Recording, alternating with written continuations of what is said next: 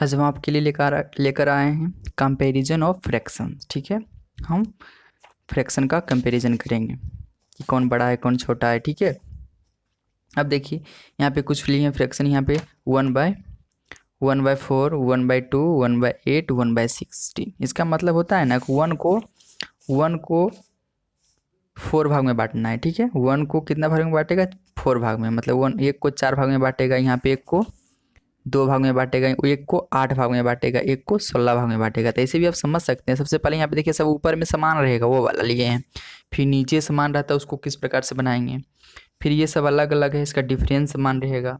ठीक है, और इसमें कोई इसका अलग मेथड से बताएंगे। इसमें डिफरेंस समान नहीं रहे, नहीं इसमें ना तो ऊपर समान रहेगा ना तो नीचे, मतलब ना तो अंश रहेगा समान, ना तो हर रहेगा समान, ना तो डिफरेंस रहेगा समान सबका। ठीक है, अब देखिए तो यहाँ पे सबसे पहले इसका मतलब यही हुआ 1 के 4 भाग में बांटना है। तो मान लीजिए 1 को 4 भाग में बांटेगा। ठीक है, सबसे पहले यहाँ पे लिखेंगे असेंडिंग ऑर्डर में, असेंडिंग ऑर्डर में। ठीक है, असेंडिंग ऑर्डर में सबसे पहले हम लिखेंगे।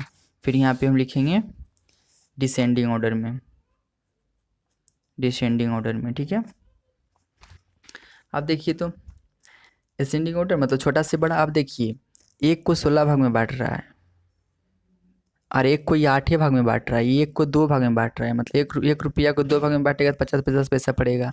और यहाँ पे 1 रुपया को 4 भाग में बांटेगा तो 25 पैसा पड़ेगा। तो समझ रहे हैं ना, जैसा ही नीचे वाला बड़ा हो रहा है तो ये छोटा होते जा रहा है ना, छोटा छोटा हिस्सा आ रहा है।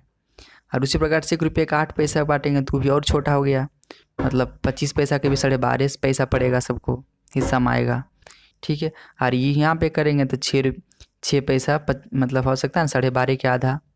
ठीक है, 6 पैसा मतलब 25, मतलब आ सकता है इतना आ जाएगा 6.25 करके आता है ना। इस प्रकार से अनुमान लगा सकते हैं आप। ठीक है, अब देखिए तो सबसे पहले हम देखेंगे ना, अगर ऊपर समान रहेगा, अगर अंश क्या रहे समान रहे ना, तो सबसे छोटा कौन होता है? जिसके नीचे क्या होता है? ज़्यादा होता है। तो ये सबसे नीचे यहाँ पे सबसे बड़ा किसका है नीचे में? यहाँ पे हर में, मतलब डिनोमिनेटर में किसका बड़ा है? 16 है।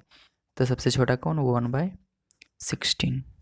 फिर 1/8, फिर 1/4, फिर 1/2। आया समझ में? उसी प्रकार से डिसेंडिंग ऑर्डर में सबसे पहले बड़ा वाला, तो बड़ा वाला सबसे पहले कौन होगा?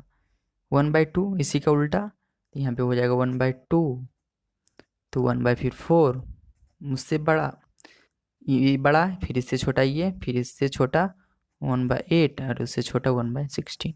ठीक है, उसी प्रकार से आप देखिए अब इसका नीचे क्या रहे?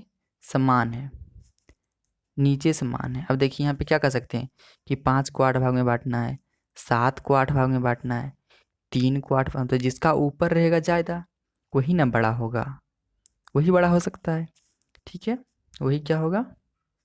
बड़ा रहेगा। क्योंकि मान लीजिए 7 रुपया है, उसको भी 8 भाग में बांटिए और 5 रुपये को भी 8 भाग में बांटिए। तो 7 रुपये जिसके पास ज़्यादा है उसमें 7 रुपये को 8 भाग में बांटेंगे तो उसमें ज़्यादा हिस्सा होगा, कि 5 रुपये में 8 भाग में बांटेंगे ज़्यादा हिस्सा होगा? नहीं, ज़्यादा जिसमें ज़्यादा पैसा जिसके पास हो। मान लीजिए कि 1 रुपया है, उसको 8 भाग में बांटिए और 7 रुपया 8 भाग में बांटिए। 1 रुपया के 8 भाग में बांटिएगा तो क्या होगा? बहुत कम कम पड़ेगा। लेकिन 7 रुपये का 8 भाग में बांटिएगा तो लगभग 1 रुपया पड़ जाएगा ना, थोड़ा सा कम। ठीक है, तो यहाँ पे सबसे पहले देखेंगे ऊपर में जिसका बड़ा होगा वही सबसे क्या होगा? बड़ा होगा। और ऊपर में जिसका कम होगा वही सबसे छोटा होगा। तो यहाँ पे देखिए ऊपर में इसका छोटा है तो 1/8 क्या होगा? सबसे छोटा होगा 1/8। फिर 3/8 और फिर 5/8, फिर 7/8। ठीक है, अब देखिए कंपैरिजन वाला फिर हम बताएंगे क्रॉस मल्टीपल कर करके कि किस प्रकार से इसमें से छोटा बड़ा पहचानना है हमें। ठीक है, अभी ये देखिए मान लीजिए कि अंश और हर का डिफरेंस क्या है। देखिए यहाँ पे 4 का है ना, या फिर 7 और 11 है। यहाँ पे कितना का डिफरेंस है? 4 का। मतलब डिफरेंस का मतलब कि बड़ा वाला में छोटा वाला घटा देना है। 11 में से 7 घटाइए कितना? 4 ने, यहाँ भी 4, फिर यहाँ भी देखिए 4 का, यहाँ भी 4 का, मतलब डिफरेंस समान है ना, सब डिफरेंस समान है। ठीक है, तो हम देखते हैं कि जिसमें डिफरेंस समान होता है तो क्या होता है जो जिसमें अगर मान लीजिए यहाँ पे 4 है, यहाँ पे 4 है, यहाँ पे 4 का डिफरेंस, यहाँ पे 4 का डिफरेंस, ठीक है। तो जिसका भिन्न सबसे बड़ा होगा ना, जिसका भिन्न सबसे बड़ा होगा वही बड़ा होगा, ठीक है, जिसका भिन्न सबसे बड़ा हो। अब देखिए इसके पहचानने के लिए मान लीजिए कौन सा किसमें आपको लग रहा है कि बड़े भिन्न से बना हुआ है, ठीक है, उस प्रकार से ही दिया जाता है क्वेश्चन में। अब देखिए किस में से कौन सा, अब देखिए सबसे ऊपर ही देखिए, ऊपर में सबसे बड़ा कौन सा है, 13 वाला है। 13 वाला चेक कीजिए, यहाँ पे 17 है ना, बड़ा भिन्न से बना हुआ। तो 1 नंबर में कौन हो जाएगा, ये सबसे बड़ा होगा, है ना। और इसमें सबसे छोटा के लिए मान लीजिए सबसे छोटा भिन्न सा कौन है, ये है, ये क्या हो जाएगा 1 नंबर में सबसे छोटा ये हो जाएगा, ठीक है, छोटा भिन्न से बना हुआ है। और इसमें देखिए उसके बाद कौन सा है, ये हो जाएगा 3 के बाद 5 ना, ऊपर देखिएगा हंस वाला। अब देखिए 5 है, 5/9 है, तो ये हो जाएगा, ठीक है। अब 3 में ये हो जाएगा, 4 में ये हो जाएगा, है ना। मतलब सबसे छोटा ये, फिर ये, फिर ये, मतलब जो जिसका मतलब बड़ा भिन्न से जो बना होगा वही क्या होगा, बड़ा होगा। हाँ, जो छोटा भिन्न से बना होगा अगर डिफरेंस मान रहा है तो, ठीक है। अब देखते हैं हम यहाँ पे, अब क्रॉस मल्टीपल वाला देखेंगे। इसमें ना तो हर समान है ना तो अंश समान है, तो डिफरेंस सबका समान है। अब देखिए यहाँ पे क्या करेंगे, सबसे पहले 2 को लेंगे, इसका लेंगे, मतलब 2 यहाँ लिखेंगे, 2 है 7 है, और यहाँ पे 3 है 10 है, ठीक है। अब क्रॉस मल्टीपल करेंगे, देखिए इसको इससे कितना यहाँ पे आया, इसको इससे करेंगे तो ऊपर ले यहाँ पे करेंगे 20 आया, और यहाँ पे 27 3 जा 21 आया। तो कौन सा बड़ा आया, किसका इंटीजर बड़ा आया, इसका, मतलब ये वाला इसके सामने ये है तो इसका बड़ा आया। ऊपर लिख देंगे गुना मल्टीपल करके, 7 को 3 से मल्टीपल कर दीजिए और 10 को 2 से कर दीजिए, ठीक है। तो 21 आया, इसका मतलब क्या कि ये जो है ना, मतलब कि 2 है और ये 7 है, तो ये छोटा है और कौन बड़ा है, 3/10 बड़ा है। अब मान लीजिए ये बड़ा हो गया, बड़ा वाला अब लिखेंगे 3/10 है, यहाँ 3/10 लिखेंगे, ठीक है। और ये अब लिखेंगे कौन, 4/13, 4/13 लिख दिए, मतलब ये बड़ा हो गया तो ये बड़ा वाला लिखेंगे। अब 3 को तुलना करना है ना, 3 को यहाँ पे दिया हुआ है, फिर इसको लिख देंगे। अब इसको भी वही क्रॉस मल्टीपल करेंगे इससे, यहाँ पे कितना है 13 3 जा मतलब यहाँ पे आ जाएगा 39, 39 यहाँ पे 40, तो कौन बड़ा है, ये बड़ा है ना, ये बड़ा है। तो यहाँ पे लिख सकते हैं इस प्रकार से हम कि 3/10 लेस देन 4/13, ठीक है।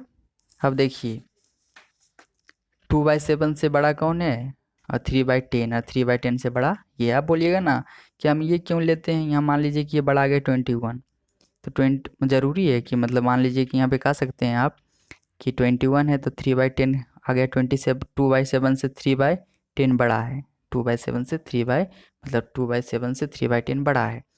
तो हो सके इससे छोटा, मतलब कहने का मतलब 4/13 से थोड़ी ना ये बड़ा हो जाएगा, मतलब कहने का मतलब इससे छोटा हो जाएगा, इससे छोटा जरूरी। हाँ देखिए यहाँ पर मान लीजिए यहाँ पे 2 है, यहाँ पे 5 है, ठीक है, 2 है 5 है, मान लीजिए 5 क्या है, 2 से बड़ा है, 5 क्या है 2 से बड़ा है, तो इससे जो भी बड़ा रहेगा वो तो 2 से भी बड़ा रहेगा ना, 5 से जो भी बड़ा रहेगा 6 7 8 जो भी बड़ा इससे रहेगा तो 2 से भी बड़ा रहेगा। इसीलिए एगो दोनों में से छाट लेते हैं कि कौन बड़ा है, फिर अगला देखते हैं, अगला टर्म को अगर ये दोनों से छोटा आएगा तो फिर से चेक करेंगे, ठीक है ना। तो इसको इधर लिखेंगे, इसको इधर लिखेंगे, ठीक है। तो कौन आया बड़ा, तो यहाँ पे लिख सकते हैं हम कि 2/7 लेस देन 3/10 लेस देन 4/13,